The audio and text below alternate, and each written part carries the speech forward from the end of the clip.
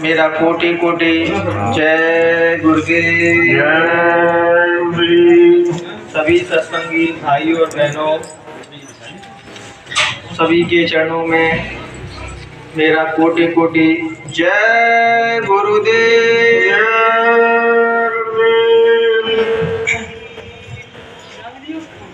यह सत्संग का क्षण हमारे जीवन में बड़ी दुर्बलता से मिलता है और बहुत से लोग कहते हैं कि डेली सत्संग में जाने से क्या लाभ होगा। तो आपको बताइए कि आप 24 घंटा भजन कर सकते हो घर पे? नहीं कर सकते। लेकिन यहाँ आने से, सत्संग से आने से एक फायदा मैं आपको बताऊंगा कि आपके अंदर भक्ति जागती है, भक्ति दृढ़ होती है। जब हम सत्संग में कोई ऐसे दृष्टांत सुनते हैं या गुरु भक्ति की कोई चर्चा सुनते हैं तो वो कहीं ना कहीं हमारे अंदर भक्ति जागृत होती है। काश मैं भी ऐसा कर पाऊँ, मैं भी बन पाऊँ ऐसा ही। तो ऐसे ही भक्ति की आज हम आपको एक कहानी बताएंगे कि उन्होंने गुरु भक्ति के लिए क्या क्या किया। तो भाई सहजो की हम कहानी बताएंगे आपको। क्या सहजो भाई जो थी उनके गुरु थे गुरु चरणदास महाराज। उनको सुखदेव मुनि ने सपने में नामदान दे दिया। तो चरणदास जी बहुत ज्ञान को प्राप्त हो गए और उनकी दो शिष्या बनी, एक सहजो बाई, एक दया बाई। दया बाई जो थी वो उनकी भतीजी ही थी और सहजो बाई उनकी शिष्या थी। तो सहजो बाई जो थी वो राजस्थान से आती थी, राजस्थान की रहने वाली थी और गुरु चरणदास दिल्ली के पास जो भी जामा मस्जिद बनी है वहां के रहने वाले थे। तो जब दोनों चर्चा होती थी सत्संग की तो दोनों ही शिष्या बोलती थी, गुरुदेव आप दयाबाई के घर में तो रहते ही हो क्योंकि आप तो उसके चाचा हो, लेकिन कभी मेरी कुटिया में भी पधारो। तो वो हर बार ऐसे डाल दिया करते थे क्योंकि गुरु आपके दरबार पर जब तक नहीं आएगा जब तक आप योग्य नहीं हो जाओगे। अगर योग्य नहीं होगा पहले ही आ गया तो आप उसकी अहमियत नहीं समझोगे। कितने लोगों ने गुरु महाराज के दर्शन किए लेकिन आज उस चीज की अहमियत समझ रहा है। जब वो थे उस चीज में, जब वो लीला हो रही थी तब हम नहीं समझ पा रहे। जैसे पिछले सत्संग में सुरेश भाई साहब ने कहा कि मैंने नामदान दिया तो कुर्सी पर अगला बैठा रहा क्योंकि उस टाइम का अगर थी हमको पता ही नहीं था कि संत मत क्या होता है, सतगुरु की महिमा क्या होती है। और जब पहले ही समझ गए होते तो आज ये गिरानी नहीं हो रही होती हमारे अंदर के वो नजारा हम छू गए वाला। तो ऐसे ही वो सहजो भाई हर बार कह देती थी कि गुरु महाराज कभी मेरी कुटिया में भी पधारो। लेकिन गुरु महाराज के एक बार टाल देते कि सहजो भाई जब कभी मौका लगेगा तो हम तुम्हारे दरबार में आएंगे। तो ऐसे ही जब सहजो भाई एक बार घर में सेवा कर रही थी, लीप रही थी। जो गांव में पूरी पुरानी माता जी होंगी वो जानती होंगी लीपना क्या होता है। तो किसी सत्संगी का मैसेज आया कि आज गुरु चरणदास आपके यहाँ आ रहे हैं। तो सहजो भाई के खुशी का कोई ठिकाना ही नहीं रहा कि आज तो माने के चलो जिस मंदिर के दर्शन करने रोज देवता के मैं जाती थी आज वो देवता खुद मेरे दरबार पे आ रहा है। गुरु कोई शरीर नहीं है ना कोई गुरु व्यक्ति है। लेकिन हम गलती कहाँ हो जाती है हम लोगों से, जब भी हम किसी को गुरु बनाते हैं तो बस इसी धारणा से बनाते हैं वो भी मेरे जैसा ही है। तो नहीं तो पूरा खेल बिगड़ जाता है। गुरु तुम्हारे जैसा नहीं है। गुरु डायरेक्ट उस परमात्मा की शक्ति से जुड़ा हुआ है। वो परमात्मा का तेज, वो परमात्मा का प्रकाश उसके अंदर से निकल रहा है, उसके बॉडी में से जर्रे जर्रे में से उस परमात्मा का नूर निकल रहा है उससे। जो शिष्य इस चीज को समझ जाता है कोई गुरु की महिमा को जान सकता है। जैसे हम बना लेते हैं जो मेरे चाचा जो मेरे भैया जैसे रिश्तेदार बना लिए सबने रिश्ते बनाए हुए, ऐसे ही महज हम एक गुरु को भी रिश्ता बना लेते हैं। जैसे सब चीज हमारे जीवन में जरूरी है वैसे ही गुरु जरूरी है। इसलिए तो हम गुरु के महत्व से चूक जाते हैं। तब जब उनको पता पड़ा कि हमारे गुरु महाराज आ रहे हैं तो वो तो खुशी के मारे मानो पागल ही हो गई कि उनके पास पैसा रुपया तो कुछ था नहीं और गुरु भक्ति ही थी। लेकिन गुरु महाराज का पैसा रुपया देखते भी नहीं।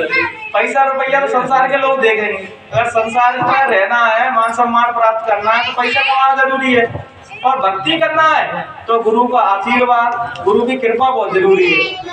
तो जब वो ऐसी सेवा कर रही थी तो गुरु महाराज सोचने लगे कि मैं इसके दरबार में जा रहा हूँ क्योंकि क्यों ना इसकी अंतिम परीक्षा ली जाए। क्योंकि जब कोई गुरु किसी शिष्य पर मेहरबान होता है उसकी परीक्षाएं बदली जाती हैं क्योंकि वो रूहानियत की दौलत ऐसे ही नहीं दी जा सकती किसी को। अगर बगैर परीक्षा के दे दी जाए तो उसकी अहमियत नहीं समझेगा वो। फिर कड़ी तपस्या से परमात्मा हर किसी को वैसे ही दर्शन इसलिए नहीं देता क्योंकि अगर आपको सहज ही दर्शन दे दिया तो आप उसका महत्व नहीं समझोगे। तभी तो ऋषि महापुरुष संत महापुरुष तपस्या करते हैं, साधना करते हैं, भूखे रहते हैं, तरह तरह की यातना सहते हैं, तब उस मालिक को पा पाते हैं। तो ऐसे ही जब वो इंतजार कर रही थी तो क्या हुआ, सुबह जब लीप के बाहर बैठ रही थी तो क्या हुआ कि एक तरफ से तो गुरु चरणदास आ रहा है और एक तरफ से देखकर उधर से परमात्मा आ रहे हैं। अब वो असमंजस में पड़ गए। जैसे अपन लोगों के सामने वाले एक तरफ से तो परमात्मा आ जाए, एक तरफ से गुरु महाराज आ जाए, तो कम से कम 90% ना जो लोग बैठे हैं सब परमात्मा की ओर दौड़ेंगे, गुरु महाराज की तरफ कोई नहीं दौड़ेगा। क्यों कि प्रेमी हमारा कैसा है, कहते हैं परमात्मा ने धन दौलत रिश्ते नाते दाग मोड़ी मोड़ा सब मिलेंगे, गुरु महाराज से गुरु महाराज से भक्ति मिलेगी बस। तो भक्ति किसको चाहिए? अगर आपसे जो कर दिया गुरु महाराज भक्ति करोगे तो आप भूखे मरोगे, वो भक्ति नहीं करेगा। और वास्तव में ऐसा है जब भक्ति करोगे तो आपको तरह तरह की समस्या होंगी, क्योंकि गुरु महाराज आपको जो टेस्ट लेते हैं कि वास्तव में आप शिष्य बनने योग्य है या नहीं। जो किसी भी परिस्थितियों में नहीं डगमगाता वही सच्चा शिष्य है। जब परिस्थिति बदली और डगमगा गई तो वो कहा कि शिष्य। जैसे मैं चलो मैं गरीब हूँ और मेरे पास पैसा आ जाए, तुम्हारे कहाँ का सत्संग, कहाँ का भजन, तो ये क्या हुआ कि हम उसकी मेहनत ममता को नहीं समझ पाए। और जब हम योग हो जाते हैं, जब गुरु महाराज देख लेते हैं अब ये डगमगाएगा नहीं, तब उसको वो चीज दी जाती है। तो जब उन्होंने देखा गुरु सहजो भाई ने क्या गुरु चरणदास आ रहे हैं तो गुरु असमंजस में पड़ी, लेकिन उनकी भक्ति गुरु भक्ति दृढ़ थी। जैसे परमात्मा आए उनके दरबार में तो उन्होंने क्या किया, हे परमात्मा तुम भला मेरे पूजनीय हो, लेकिन मैं जो स्थान अपने गुरु को दे सकती हूँ वो तुम्हें नहीं दे सकती, क्योंकि उनके घर में आसन केवल एक ही था, वो था गुरु महाराज की। कितने के दो, परमात्मा और गुरु महाराज। तो उन्होंने क्या करें, तो उन्होंने परमात्मा को बीजना थमा दिया, लीजिए जहाँ मेरे गुरु महाराज बैठ जाएंगे उनको बीजना था। क्योंकि परमात्मा तो परीक्षा लेने आया था कि इनकी गुरु भक्ति है वो सच्ची है या नहीं। अगर कहीं परमात्मा की शरण में चले जाते तो परमात्मा आलोक हो जाते। तो जब भी कोई साधक अध्यात्म की ऊंचाइयों को छीता है तो ये देवी देवता है वो उनकी परीक्षा लेने आते हैं कि इनकी गुरु भक्ति सच्ची है या नहीं, अटक जाएगा देवी देवता में। कोई भी देवी देवता होते हैं जब अपना दर्शन देते हैं तो ऐसे ही नहीं देते, जब हमारी साधना होती है भजन हमारा बनने लगता है तब वो दर्शन देते हैं। और बहुत से लोग तो अपनी साधना वहीं रुक जाते हैं, जैसे किसी को सिद्धि कुछ मिल गई तो वहीं रुक गया। साधक का केवल एक ही लक्ष्य होना चाहिए जीवन में, क्या अपने गुरु महाराज को, जो गुरु महाराज ने मुझे वो रास्ता बताया उस रास्ते पे पहुंच जाओ। जैसे गुरु महाराज ने सतलोक की बातें की तो केवल हम बातें सुन के संतुष्ट ना हो जाए, हम भी प्रयत्न करें गुरु महाराज के वचनों को सत्य करते हैं। गुरु महाराज देखो आपने सतलोक की बातें की तो आपका बच्चा भी साधना करके भजन करने के बाद उस उपयोग हो गया, तभी तो गुरु महाराज गर्व से कहेंगे जी मेरा बच्चा। अभी तो सभी कहलाते हैं हम सभी सत्संगी केवल नाम के हैं सत्संगी, बस काम के नहीं है। काम के कब हो जाते हैं, जब हम भजन करने लगते हैं, सच्चाई के मार्ग पर चलते हैं, तब गुरु महाराज के काम को बनते हैं। जब तक टोपी लगाने से या जैकेट पहनने से कुछ नहीं होगा, लेकिन पहनना जरूरी है। मन की आलोचना नहीं कर रहा कि पहननी नहीं चाहिए, पहनो, लेकिन अंतर में भी एक भाव रखो कि जो भी व्यक्ति तुम्हारे संपर्क में आए उसको लगना चाहिए कि तुम गुरु महाराज से जुड़े हो। तुम्हारे वाणी से, तुम्हारे विचार से, जहाँ भी गली मोहल्ले में रहते हो तो सभी गली मोहल्ले वाले तुमसे गर्व कर रहे हैं जय गुरुदेव का सत्संगी को रहता है। जहाँ मैं रहता हूँ एक भी सत्संगी नहीं रहती और वो सत्संगी भी नहीं है, लेकिन मेरा आदर करते हैं कि जे गुरु महाराज के जी ऐसे चेला यानी कैसे किसी को गाली मिलेगा तो ये कभी हमें ऐसे ही आदर करना कि कोई नहीं देख रहा लेकिन वो तो देख रहे हैं। लेकिन आप मुझे गलत फहमी हो गई कि सत्संग में देख रहे हैं, गली मोहल्ले में तो जाकर जी बोलो वहां तो देख रहे हैं, वहीं देखते हैं वो जहाँ आप रह रहे हो। यदि बहुत से लोग कहते हैं नहीं क्या हनुमान जी की सेवा करेंगे दारू मीट मांस नहीं खाएंगे और बुधवार को दारू मीट मांस खा लगेंगे, फिर कहेंगे अरे वो हनुमान जी तो हमसे लूटेगा, हनुमान जी तो मंगलवार को मानती। तो ऐसा मानना क्या मतलब है? कोई देवी देवताओं ने, अल्लाह ने, ब्रह्मा जी ने, राम जी ने, कृष्ण भगवान ने, किसी ने नहीं कहा कि आप दारू मीट मांस खाइए। बताओ हनुमान जी कितने बड़े बलशाली थे। जो यंग बच्चे हैं वो एक बात कहते हैं कि जो मीट खाते हैं वो प्रोटीन रहता है, ताकत आती है। तो मैं हमसे एक बात कहता हूँ कि हनुमान जी से ज्यादा तुम्हें ताकत है क्या? नहीं। तो उन्होंने कौन से दारू मीट मांस खाए थे कहीं? आपने सुना है कि भैया उन्होंने दारू मीट खाए थे? उन्होंने तो फल खाए थे, लेकिन शक्ति किसकी थी? ब्रह्मचर्य की शक्ति थी और भगवान के भजन की शक्ति थी। जब भी आप किसी भजनानंदी से मिलोगे तब असली ताकत महसूस कर पाओगे। जैसे ही सुपच ऋषि से भीम मिले थे तो उनको अपने शक्ति का बहुत बल था कि मैं तो उन्हें जबरदस्ती उठा लिया। तो वो ऋषि तो संत महात्मा तो कहते जन बन की जाना तन की जाना जाना चित्त की चोरी और बात साहब से कहा चुका जाके हाथ में डोरी। तो जैसे भीम उनके पास पहुंचे तो उन्होंने कहीं पहले इसका जो ताकत है उसको ना खंडन कर दूंगा, ये ताकत का बल दिखाता रहेगा हर किसी को। तो नहीं भीम वो मेरी माला टंगी है घुटी पे तो वो तो बार उठाइए पहले मेरी माला उठा ले। तो भीम ना जो लगा के रह गया लेकिन वो माला ही नहीं उठी उनसे। ये भजनानंदी से भजनानंदी के आगे भजन करता उस व्यक्ति उसके आगे भगवान भी आ रहे हैं। भगवान कहते हैं क्या भगवान कहते हैं तुमको कौन प्रिय है? तो कहते हैं मुंह से बड़े तो मेरे भक्त हैं।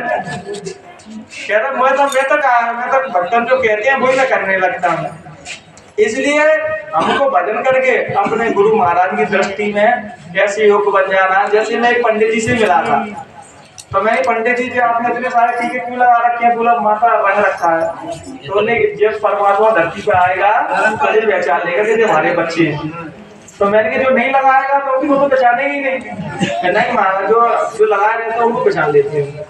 तो मैंने भजन का साधना का तो कोई रोल ही नहीं रहा, जो टीका लगा लो तो गए कम। और ज्यादातर लोग समाज में घूम रहे हैं पर वो टीके ही लगाए बस, अंतर कुछ नहीं होने पर टीका लगाया उन्होंने पीले कपड़े पहन लिए सफेद कपड़े पहन लिए हो गए। लेकिन टीका तो अंतर में लगाना है। जैसे राम मंदिर का भी हुआ था, डोनेशन लेने आए तो पैसा लेने तो भैया ने मुझसे पूछा कि भैया जो दक्षिणा दे रहे हैं वो सही है या गलत है? मैंने कहा देखो दान तो किसी के देना चाहिए लेकिन जो ठगी कर रहे हैं दान के नाम पर खा रहे, करोड़ों रुपए का घपला हुआ था राम मंदिर के वहां में। आप बताओ राम जी ने कहा था कि तुम घपला करो, कोई देवी देवता तुम्हें गलत करने के लिए नहीं कहता, लेकिन हम इतने चतुर है तो कहते चतुराई चौपट करे और ज्ञानी मोटा खाए और भोले भाले भक्त को तुरंत धरी मिल जाए। तो भोले ही नहीं बनते तो चतुराई तुम्हें खा जाती है। तो उन्हें भैया अब जब दान दक्षिणा देना गलत में नहीं है तो भगवान को कैसे मंदिर में जाके मैं नहीं, इसी मंदिर को मंदिर बना दो। संत क्या कहते हैं, सबों का जो अपना देह है ना वो एक मंदिर है, वो मस्जिद है, गिरजाघर है। लेकिन अभी हम उसको समझ क्यों नहीं पाते कि हमने तपस्या ही नहीं की, भजन ही नहीं किया तो उनको कैसे जानना। जैसे नानक जी कहते थे कि परमात्मा तुम्हारे अंदर है। तो एक मात्र तार्किक पंडित जी थे, वो कहने लगे महाराज परमात्मा अंदर है तो बता मैं वाले एक्सरा करवा देता हूँ, चेक कर देता हूँ अंदर। तो नानक जी कह रहे कि बच्चा को एक्सरा से नहीं दिखेगा तो कि काम क्रोध लोभ मोह अहंकार ईर्ष्या राग देश जो छोटा बड़ा जो तुमने इतनी दीवारें लगा रखी है परमात्मा की, बस यही तुम्हें परमात्मा से दूर करिए। तो महाराज क्या करेंगे इन दीवारों को गिरा दो तो परमात्मा तुमको दिखने लगे। जैसे मैं एक दृष्टांत लूं गुरु महाराज के जीवन से। गुरु महाराज मथुरा में सत्संग किया करते थे तो हमारे मेहतर आता था लेकिन भजन अच्छा था, भक्ति गुरु महाराज से दृढ़ थी। तो वो क्या करता था जहाँ जूते चप्पल उतरते थे वो वहां बैठ जाता था, क्योंकि भक्ति किसी प्रकार का दिखावा नहीं करता। वो तो जानता है कि मैं जानता हूँ और मेरा यार जानता है कि मैं कितना भजन करता हूँ कि नहीं। अब गुरु महाराज को ऐसे महीना 2 महीना देखते रहे और वो रोता रहता वैसे चला जाता। तो जब उसकी भक्ति पूरी हुई तो गुरु महाराज ने उसे मंच से बुला के मंच पे आओ। तो जो और भी वहाँ जो ठाकुर ब्राह्मण बैठे थे उनके कान सदर हो गए, अच्छी मेहतर है। मैंने कभी गुरु महाराज मंच से नहीं बुला जा बुला रहे संत के दरबार में कभी जाति मजहब नहीं देखा जाता, वहाँ तो केवल एक ही चीज देखी जाती है, बस आप भजन कर रहे हो या नहीं, आप सतमार्ग पर चल रहे हो या नहीं, जो गुरु महाराज ने बताया है वो कर रहे हो या नहीं। बहुत से लोग सत्संगी जरूर है लेकिन वो जो काम कर रहे हैं मामा झूठ चल कपट सब कर रहे हैं। अरे काम की छोड़ने की, अरे काम की छोड़ने की नहीं कहा उन्होंने, लेकिन अपने काम को मेहनत और ईमानदारी से तो करो। आज जितने भी हम प्राइवेट सेक्टर में नौकरी करते हैं बोले महाराज की सैलरी है 2 नंबर को कमानी। अरे कुछ मालिक से कहो ना कि हम तुम्हारे नौकरी तब करेंगे जब हमारे जो मांगे उतने पैसा दो, पहले उससे डिमांड कर लो तो फिर 2 नंबर ही कमाने की जरूरत ही नहीं है। लेकिन हम नहीं करते, हम तो क्या 5000 में तैयार हो जाते हैं, 10,000 ऊपर की उल्टी सीधी कमाई करते हैं। तो वो मेहतर जब आया तो मंच पे गुरु महाराज ने बुलाया तो उस मेहतर को ही गुरु महाराज ने मान दे दिया कि तुम्हें ही बोलवा। तो वो कह रहे कि जिनके पीछे तुम इतने दीवाने फिर रहे हो, जो रात को रोज मेरे यहाँ आते हैं और रोज मेरे खटिया पर बैठ के चाय पी के जाते हैं। तो सभी ब्राह्मण कह रहे कि हम तो जाति पाति में उलझे रह गए और गुरु महाराज तो उतने प्रसन्न हो गए। आपने देखा होगा मथुरा में जितनी कॉलोनी बनाई है सब जमादार रहते हैं, क्यों? क्यों संसार को दिखाना चाह रहे हैं कि संत महात्माओं में यह जाति का मजहब का नहीं रहता, वहां तो केवल एक ही खेल रहता है कि राम को केवल प्रेम प्यारा और जान सके जो जाना। संत महापुरुषों को कोई रजा सकता है? भले आप जहाँ माथा मत देखिए, पैसा मत चढ़ाइए, या पीछे बैठिए, आगे बैठिए, कपड़े पहनो या नहीं पहनो, अगर आपकी भक्ति सच्ची है तो गुरु महाराज आपको हमेशा देख रहे हैं और किसी भी प्रकार का हनुमान की तरह छाती दिखाने पार की जरूरत नहीं है। वो तुम्हें देख, जब जरूरत पड़ेगी क्या, जब तुम्हारे सामने आना है तो तुम्हारे सामने जरूर आना। लेकिन भक्ति तो हम करते नहीं है, केवल प्रवचन देने में लग जाते हैं। जो उसके सुई को भी आप कह दो मार्ग पकड़ने की तो तुरंत मार्ग पकड़ लेगा, लेकिन थोड़ा जाके जानते जाने के बाद भजन नहीं करेगा। प्रवक्ता बनने का मतलब ये नहीं है कि प्रवचन ही देता रहा भजन छोड़ दो। भजन तब भी जरूरी है। मैं भजन को इतना ज्यादा महत्व देता हूँ कि भजन से ही तो तुम्हारा द्वार खुलेगा देखने के लिए। अभी अपन ने परमात्मा क्यों दिखाई नहीं देता? इस कारण है अभी अपन योग्य नहीं है, तो चरम आंखों से देखना चाहते हो, चरम आंखों से नहीं देख सकता। जैसे गीता में भगवान श्री कृष्ण से अर्जुन कह रहे क्या विराट रूप हर किसी को क्यों नहीं दिख रहा? तो नहीं, हर किसी से इसलिए नहीं दिखता कि हर किसी की दिव्य दृष्टि नहीं खुली। अर्जुन को दिव्य दृष्टि भगवान ने दी थी, तब उन्होंने विराट रूप को देख पाया। महाभारत काल में केवल दो लोग ही विराट रूप को देख पा रहे थे, एक तो संजय थे और एक अर्जुन थे। जैसे गुरु महाराज का विराट रूप देखना है आपको तो अंतर में चलिए। जैसे गुरु महाराज की बात बोलते थे कि मैं तो फकीर हूँ, लेकिन मैं इस बात से सहमत नहीं होता कि वो फकीर है। फकीर का मतलब होता है किसके पास कुछ नहीं है। तो बताइए गुरु महाराज के पास कुछ नहीं है? गुरु महाराज के पास तो सब कुछ है, लेकिन वो मस्ती में कहते कि मैं तो फकीर हूँ। लेकिन मेरी दृष्टि से देखो तो वो शहंशाह है। फकीर तो अपन है कि अपने पास कुछ है ही नहीं। अब वो अपने आप को क्या कह रहा है कि जो जितना महान होता है वो अपने आप को उतना ही दीन बताता है कि मैं तो फकीर हूँ। लेकिन अगर हमारी दृष्टि से देखो सबसे बड़े शहंशाह तो वही है। फकीर तो बोलते बेचारे जिनके पास कुछ है ही नहीं। तो असली धनवान कौन होता है? जिसके पास परमात्मा का भजन है, गुरु की सेवा। जो तो सेवा करते हैं ना, एक बात और मैं बोल के खत्म करूंगा, डॉक्टर भाई साहब हमारे बोलेंगे। जो सेवादार भाई साहब है, जो सेवा करते हैं कहीं पे भी जाके, किसी भी मंदिर मस्जिदों में, आश्रम में, तो वो आपके नौकर नहीं है। लेकिन आप कहीं पे भी जाते हो आप उनको नौकर समझते हो, ये नौकर है। कोई सेवादार जो काम करता है वो नौकर नहीं है किसी मंदिर मस्जिद का। वो सब अपने गुरु से प्यार करता है, इसलिए सेवा करता है। इसलिए सेवादारों को भी हम इंसान समझा, जानवर ना समझे। सेवा कर रहे हैं तो जानवर है, उनके जीव नहीं है, उनको भी अच्छी का बुरा लगता है कि तो कुछ भी किसी से कुछ भी कह देते हैं। नानक जी ने सेवा का महत्व दिया था और गुरु महाराज ने भी सेवा का महत्व बताया था। तो जो सेवादार है कम से कम उनसे सम्मान देते, वो आदर से तो बोल सकते हैं किसी से। इसलिए कहीं पे भी कोई अपने ऐसा दिख जाए जो सेवा कर रहा है या दीन है, गरीब है, तो उसको ऐसा ना समझे कि जो इंसान ही नहीं है, क्योंकि हम अपने गुरु महाराज के आदर्शों को भूल जाएंगे। और जहाँ तो अपने आदर्शों को भूले तो अपने आप को भला सत्संगी कहते रहना, लेकिन वास्तविकता में आप सत्संगी नहीं बचे। सत्संगी आप तभी तक हो जब तक गुरु के बताए मार्ग पर चल रहे हो, जो गुरु महाराज ने कहा है उस पर चल रहे हो, सभी से प्रेम कर रहे हो। जब वो भला सत्संगी नहीं हो फिर भी हमें उससे प्रेम करना है, क्योंकि गुरु महाराज का जो नया व्यक्ति जुड़ेगा वो लगना है कि चाहिए कि जी सच्चे गुरु महाराज के भक्त, जिनके व्यवहार से, वाणी से, हर चीज से गुरु महाराज झलक रहे हैं। गुरु महाराज जैसे मैं एक बच्चे से कह रहा था क्या भगवान जब भी मिलेंगे तुम्हारे अंदर मिलेंगे। तो वो कह रहा भाई साहब आगे चले गए, क्या लगी वो गुरु महाराज मेरे अंदर है। तो मैंने कहा मैं आगे चले गया था, भाई क्या रहा। तो वो कह रहा भाई साहब जी तो अपने अंदर ही गुरु महाराज बता लगी। मैंने अभी पागल हूँ, मैं अपने अंदर ही ना बता रहा हूँ, तुम्हारे सवन के अंदर ही गुरु महाराज बैठे हैं।